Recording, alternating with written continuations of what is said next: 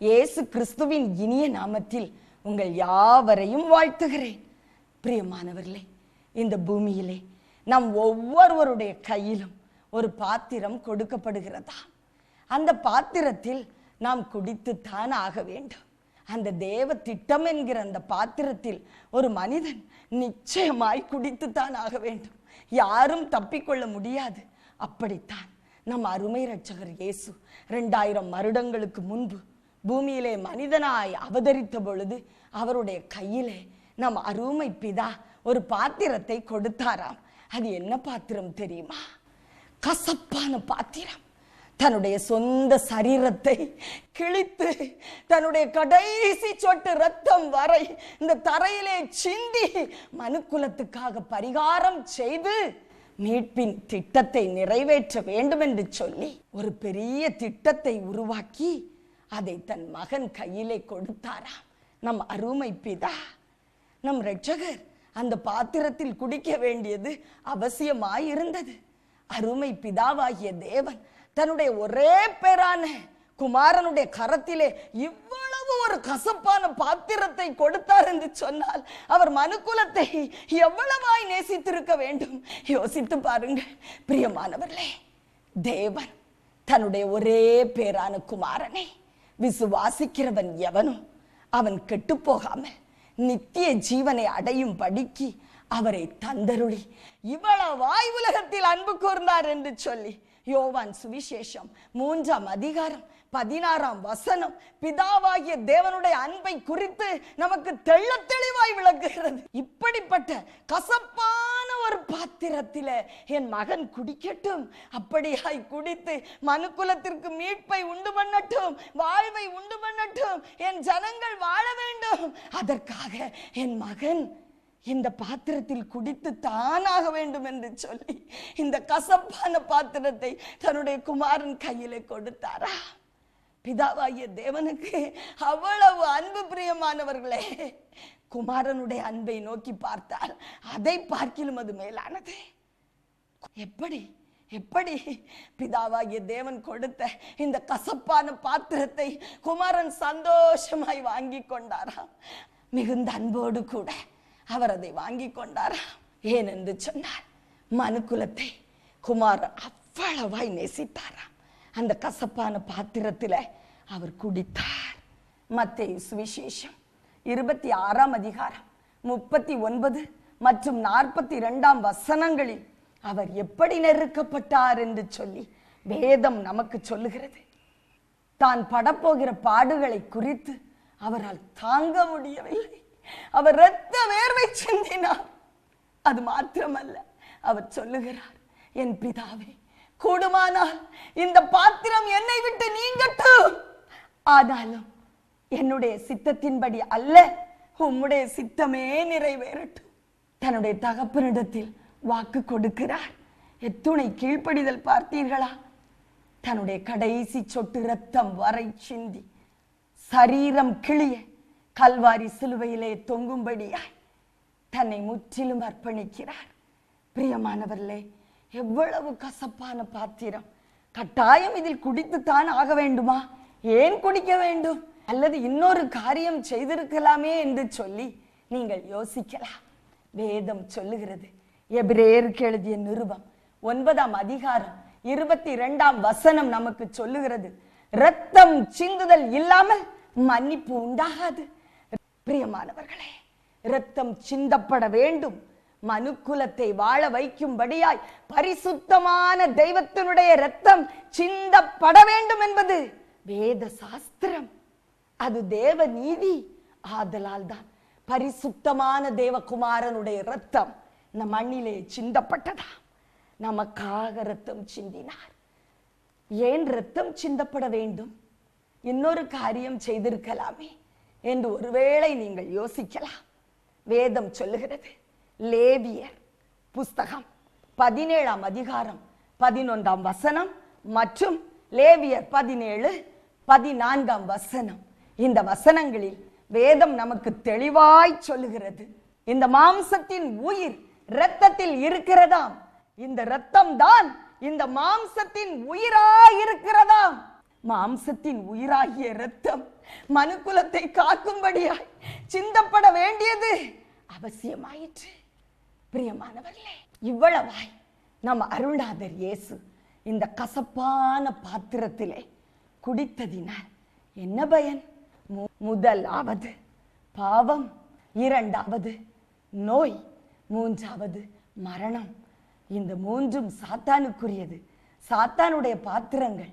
அவன் இந்த மூன்று கசப்பான காரியங்களையும் தன்னுடைய பாத்திரத்திலே நிரப்பி மனுக்குலத்திற்கு குடிக்கும்படியாய் அனுதீனம் கொடுப்பான்.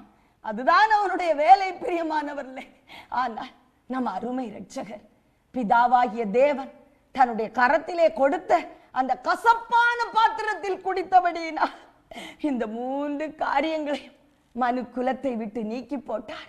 முதலாவது பாவம். அந்த பாவத்தை எப்படி நீக்கினாராம்? வெளிப்படுத்தின விசேஷம் 1ஆம் அதிகாரம் 6ஆம் வசனம் சொல்லுகிறது, நம்மிடத்தில் அன்பு கூர்ந்து தமது இரத்தத்தினாலே நம்மை பாவமர கழுவி தம்முடைய பிதாவாகிய தேவனுக்கு முன்பாக நம்மை ராஜாக்களும் ஆசாரியர்களும் மாற்றினாராம். பிரியமானவர்களே, எவ்வளவு அன்பு பாருங்கள். ஏன் பாவம் கழுவப்பட வேண்டும்? இந்த பாவம் கழுவப்படவில்லை என்றால் அந்த பாவத்தின் குழந்தையாகிய சாபம் நம்மை சின்ன பின்னமாக்கிவிடும். பிரியமானவர்களே, ஒரு மனிதன் சாப சாத்தானுடைய கையில் அகப்பட்டு கொள்ள கூடுமானால் அவனுடைய வாழ்க்கை ஐயோ என்று முடிந்துவிடும். ஆதலால் தான் பாவத்தை கழுவி சுத்திகரித்து வாழ்வு கொடுக்கும்படியாய் நம் அருள்நாதர் நமக்காக ரத்தம் சிந்தினார், நமக்காக கசப்பான பாத்திரத்திலே குடித்தார். ஒரு விசை ஒரு பெண் என்னிடத்திலே கடந்து வந்தாள். அவள் சொன்னாள், அம்மா, என்னுடைய வாலிப வயதிலே நான் ஒரு பெரிய பாவம் செய்தேன். இன்று என் கணவனோடு நான் சந்தோஷமாய் வாழ்ந்து கொண்டிருக்கிறேன்.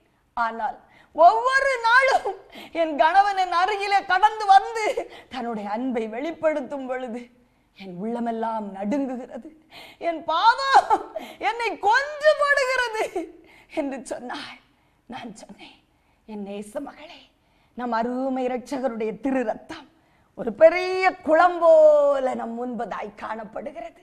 அந்த குளத்திற்குள்ளாய் சின்ன கல்லானாலும் சரி, பெரிய கல்லானாலும் சரி, எதுவாய் இருந்தாலும் நாம் தூக்கி எறியும் பொழுது அது மூழ்கித்தான் போகும். அதே போல உன்னுடைய பாவத்தின் உக்கிரம் எவ்வளவு கொடியதாய் இருந்தாலும் நீ தூக்கி எறிந்து விடு, அது மூழ்கி போகும். நம் அருள்நாதருடைய இரத்தம் அவ்வளவு அவ்வளவு வல்லமையானது. அது பாவத்தை கழுவி பாவமர ஒரு மனிதனை மாற்றி போடும். ஆதலால் நீ உன் பாவ பாரத்தை அவருடைய இரத்தமாகி அந்த குளத்திற்குள்ளாய் எரிந்து விட்டு நீ ஓடி போய் உன் கணவனோடு சந்தோஷமாய் வாழ்ந்து சுகித்திரு என்று சொன்னேன். இன்றும் அந்த பெண் அப்படியாய் சுகமாய் தங்கி இருக்கிறாள். பாவ பாரம் ஒரு மனிதனுடைய ஆத்துமாவை கொன்று போடும். பிரியமானவர்களே, ஆத்துமா வாழ முடியாவிட்டால் மனிதனுக்கு வாழ்க்கை இல்லை. பாவ பாரம் ஆத்துமாவை கொன்று போடும். ஆதலால் தான் ஆத்தும பாரத்தை நீக்கி மனிதனை வாழ வைக்கும்படியாய் பாவ பரிகாரம் செய்தார், இரத்த பரிகாரம் செய்தார். இரத்தம் சிந்துதல் என்கிற அந்த கசப்பான பாத்திரத்தில அவர் கீழ்ப்படிதலோடு குடித்தாரா. இரண்டாவது நோய், வியாதி, நோய், சரீரத்திலே நோய். நம்முடைய சரீரம் நோய் கொள்ளும் பொழுது நம்மால் தாங்க முடியாது. பிரியமானவர்களே, நம்முடைய வேலை எல்லாம் முடங்கி போகும். அப்படித்தான் ஒரு விசை ஒரு அன்பு மகள் என்னிடத்திலே கடந்து வந்தாள். அவளுக்கு மார்பக புற்றுநோய்.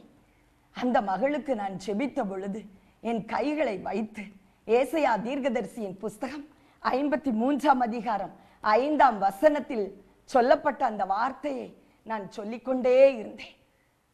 அவருடைய தழும்புகளால் நாம் குணமாகிறோம், அவருடைய தழும்புகளால் நாம் குணமாகிறோம், அவருடைய தழும்புகளால் நீ குணமானா என்று சொன்னேன். அந்த நிமிடத்தில் தானே ஒரு பெரிய வல்லமை அவளுடைய சரீரத்திற்குள் பாய்ந்தது. அவள் சொன்னாள், என் அன்பு சகோதரி, அலையலையாய் ஒரு வல்லமை என் சரீரத்திற்குள்ள இறங்க கண்டேன். அது முற்றிலுமாய் என் கேன்சர் நோயை சுட்டு போட்டது. என் நாட்களை நான் எண்ணிக்கொண்டிருந்தேன். டாக்டர்ஸ் சொன்னார்கள், ஒரு வாரம்தான் நீ மரித்து போவாய். என் தேவனோ எனக்கு ஜீவனை கொடுத்தார், எனக்கு ஜீவனை கொடுத்தார். நீங்கள் கை வைத்து இந்த வசனத்தை சொன்ன மாத்திரத்தில் ஒரு பெரிய வல்லமை என் சரீரத்திற்குள்ளா இறங்கிற்று. என் கேன்சர் நோய் சுட்டரிக்கப்பட்டது, அது எரிந்து போனது, அப்படியே கருப்பு நிறமாயிற்று. பிரியமானவர்களே, அருமை இரட்சகர் நம் நோய்களை சுமந்தார். நாம் நோயை சுமக்க கூடாது என்று சொல்லி அவர் அந்த கசப்பான பாத்திரத்தை ஏற்றுக்கொண்டார். மூன்றாவது மரணம். மரணத்தின் கசப்பை இந்த உலகத்தில் யாராலும் தாங்க முடியாது. பிரியமானவர்களே, வேதம் சொல்லுகிறது, அப்போஸ்தல நடபடி 2ஆம் அதிகாரம் 24ஆம் வசனத்தில் தேவன் அவருடைய மரண உபாதிகளின் கட்டை அவிழ்த்து அவரை உயிரோடு எழுப்பினாராம். மரணம் அவரை கட்டக்கூடாது இருந்தது. மரணத்தினால் அவர் கட்டி போடக்கூடாத ஒரு தெய்வமாய் இருந்தார். மரணத்தினால் அவரை கட்ட முடியவில்லை. ஆமென். பிரியமானவர்களே, எபிரேயருக்கு எழுதிய நிருபம் 2ஆம் அதிகாரம் 14ஆம் வசனம் கடைசி பகுதி என்ன சொல்லுகிறது பாருங்கள். மரண அதிகாரியாகிய பிசாசானவனை தன்னுடைய மரணத்தினாலே அழித்தாராம். ஆமென். பிரியமானவர்களே, மரண அதிகாரி அவன். இளம் வயதிலே மரணத்தை உண்டு பண்ணுவான். ஒரு விசை என்னுடைய ஒரு கூட்டத்தில், ஒரு கிராமம், அதில் நான் ஒரு கூட்டம் நடத்தி கொண்டிருந்தேன். அங்கு கடந்து வந்த அநேகர் அந்த கூட்டத்தில் கலந்து கொண்டார்கள். அப்பொழுது கூட்ட முடிவிலே ஒரு பையன் மரித்து போனான். நானோ வெகு முன்பதாக கடந்து சென்று ஜனங்களுக்கு ஜெபித்து கொண்டிருந்தேன். பின்னாடி இருந்து ஒரே சத்தம், அலறல் சத்தம். நான் ஓடி போனேன். அங்கு மரணம் சம்பவித்திருந்தது. ஒரு பையன், வாலிப வயது, அவன் மரித்து போனான். மரித்து போனான். கூட்டம் அழுது கதறினது. என்ன செய்வதென்று தெரியவில்லை. ஆனால் அன்று காலையிலே நான் ஜெபித்து கொண்டிருந்த பொழுது என் தேவன் சொன்னார், என் அருள்நாதர் சொன்னார், என் நேச மகளே, இன்று மரித்த மனுஷனை நீ உயிரோடு எழுப்புவாய். மரணத்தை பரிகரிக்கிற அந்த வல்லமையை உன் கரங்களிலே நான் வைக்கிறேன் என்று சொன்னார். எனக்கு ஒன்றும் புரியவில்லை. ஆனால் மிகுந்த ஒரு தைரியத்தோடு அந்த கூட்டத்திற்கு சென்றேன். என் கரங்கள் எல்லாம் ஏதோ ஒரு வல்லமையினால், பயங்கரமான வல்லமையினால் நிரப்பப்பட்டிருந்தது.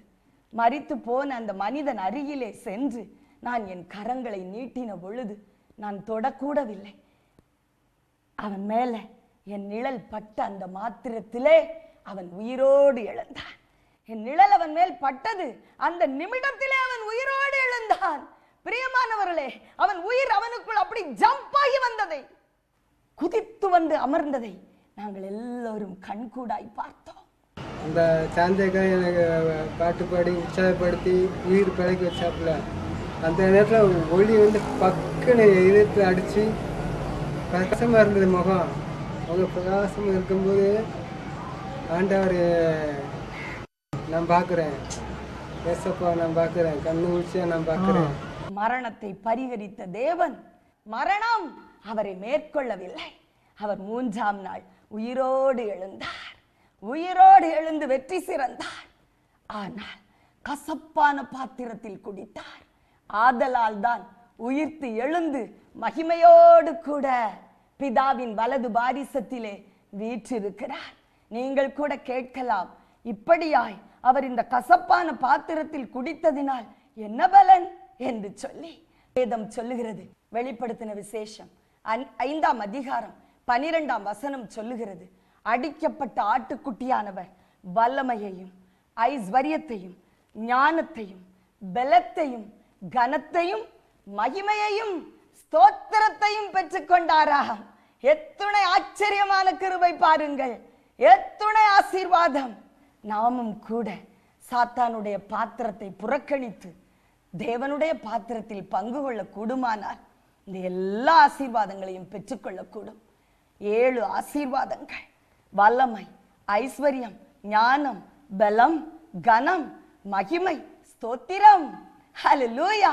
ஆச்சரியமான கிருபை. பிரியமானவர்களே, இந்த 3 கசப்பான பாத்திரங்களையும் தன்னுடைய சரீரத்திலே அவர் மெய்யாகவே ஏற்றுக்கொண்டு பாடுகளை சுமந்ததின் நிமித்தம் அவர் இந்த 7 ஆசீர்வாதங்களுக்கும் சொந்தமானார்.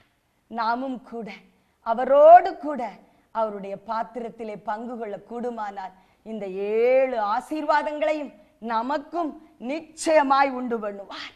லூக்கா சுவிசேஷம் 24ஆம் அதிகாரம் 26ஆம் வசனத்திலே இயேசு சொல்லுகிறார், கிறிஸ்துவானவர் பாடுபடவும் இறுதியாய் மகிமையை அடையவும் வேண்டியதென்று எழுதியிருக்கிறது. அது உங்களுக்கு தெரியாதா? அதே போலத்தான் நாமும் பாடுபடவும் மகிமையை அடையவும் அழைக்கப்பட்டவர்கள். பாடுகளை குறித்து கவலைப்படாதிருங்கள். அது நம்மை அழித்து போடாது, நம்மை மகிமைக்குள்ளாய் எடுத்து செல்லும். நீங்கள் என் பாத்திரத்திலே பங்கு கொள்ள கூடுமானால் என் சகோதரரே, உங்களுக்கு மகிமையை கொடுப்பது என் பிதாவுக்கு அடுத்த காரியம். அவர் அதை செய்வார். நீ செய்ய வேண்டியதெல்லாம் ஒன்றே ஒன்றுதான். என் இரத்த பாத்திரத்திலே நீ பங்கு கொள்வாயா? தன்னுடைய சொந்த இரத்தத்தை கையில் எடுத்து, இதோ இந்த இரத்தத்தால் நான் உன்னோடு புதிய உடன்படிக்கை செய்கிறேன் என்று சொன்ன நம் அருமை இரட்சகரை நினைவு கூறுவோம்.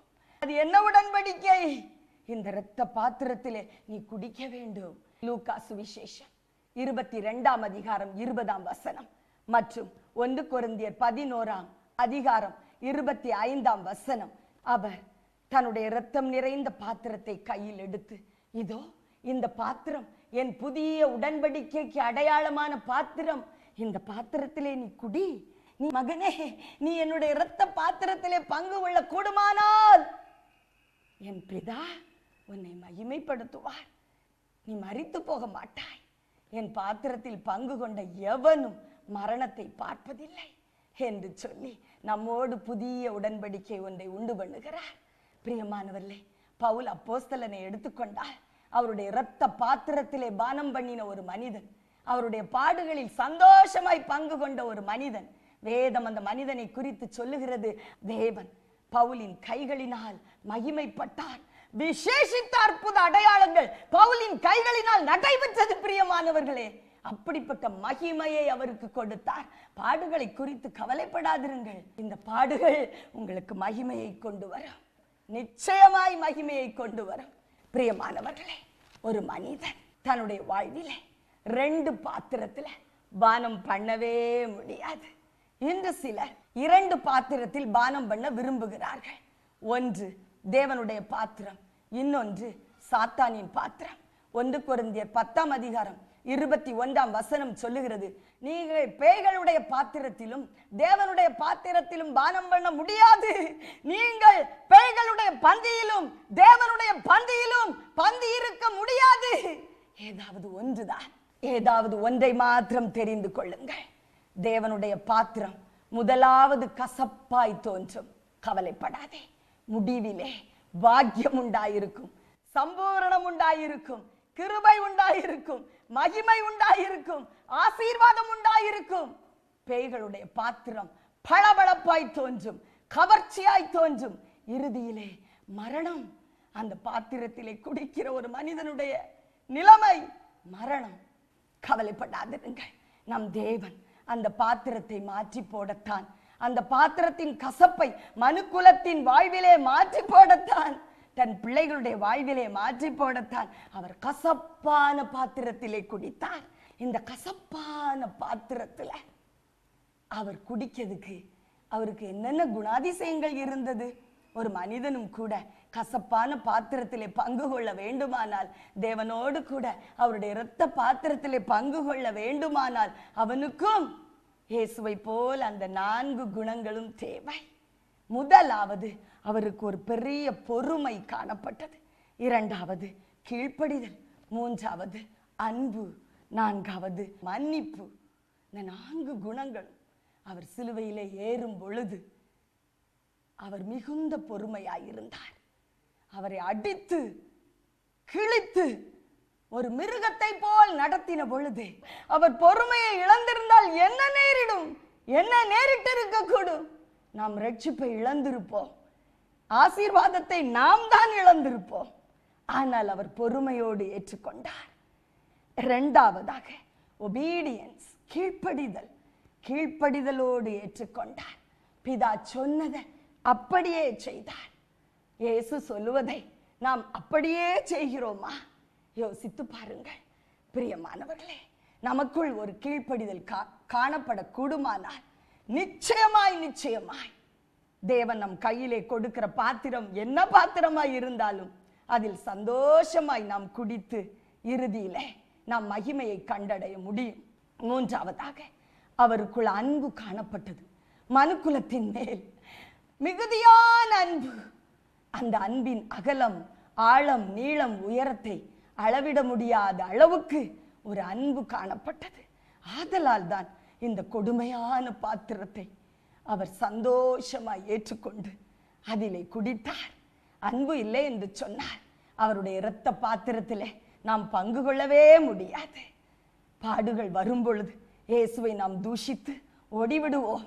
பிரியமானவர்களே, அன்பு அவர் மேல் தனியாத ஒரு அன்பு. தண்ணீர்களும் வெள்ளங்களும் அக்னியும் அவிக்க முடியாத ஒரு அன்பு மாத்திரம்தான் அவரோடு கூட அவருடைய இரத்த பாத்திரத்திலே பங்கு கொள்ள தகுதி உள்ளவர்களாய் நம்மை மாற்றி போடும்.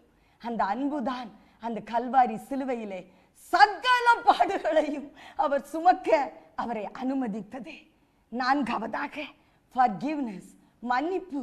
அவர் மன்னித்தார், இறுதி வரை மன்னித்தார், இறுதி வரை மன்னித்தார். அவர் உயிரை, ஜீவனை தன் பிதாவின் கையில் ஒப்பு கொடுப்பதற்கு முன்பதாக கூட அவர் இறுதியாய் மன்னித்தார். நாம் எப்படி என்று சொல்லி நாம் ஆராய்ந்து பார்ப்போம்.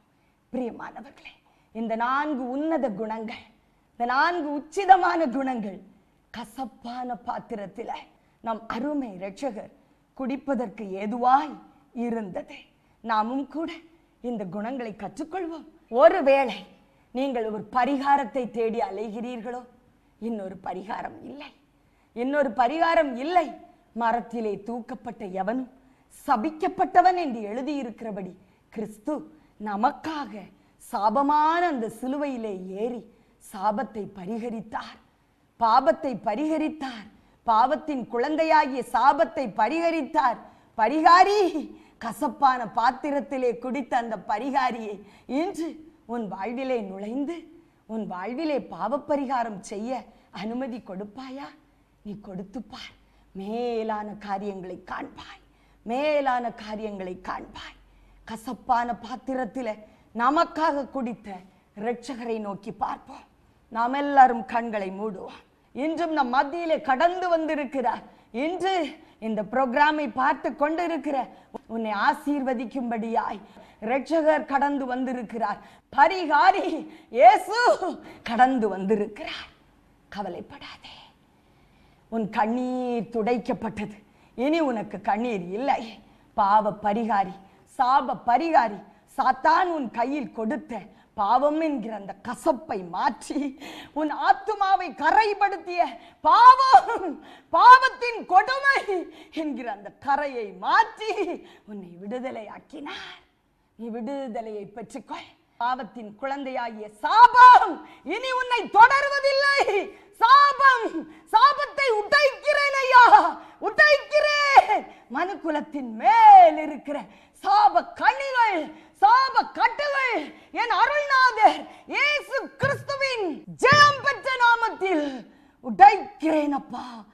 ஐயா, இந்த புரோகிராமை பார்க்கிற என் பிள்ளைகள் இனி சாபத்தின் அந்த உக்கிரத்தை சுமக்கவே கூடாதப்பா. ஒருவேளை சாபத்தினால் நீ கட்டுண்டு கிடக்கிறாயோ, வீல் சேர்ல கட்டுண்டு கிடக்கிறாயோ, உன் கண்கள் கட்டப்பட்டு இருக்கிறதோ, உன் செவிகள் செயலற்று போனதோ, உன் வாய் பேசும் திறமையை இழந்ததோ, உன் கால்கள்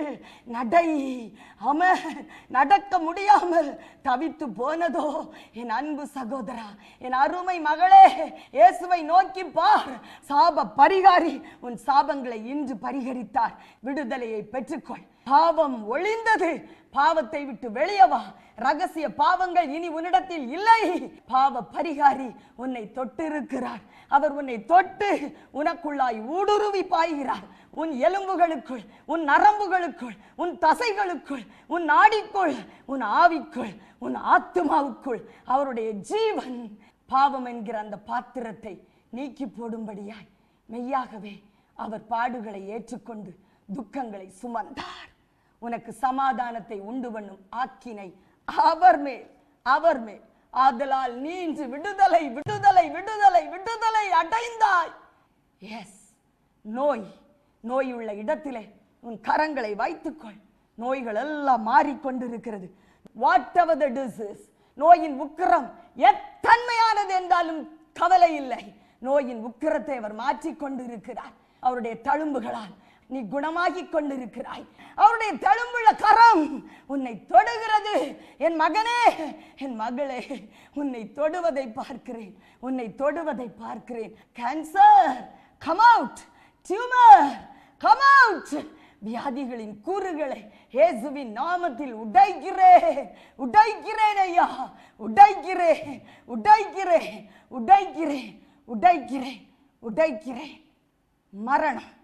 மரண சங்கிலிகள் இன்னைக்கு நொறுங்கினது.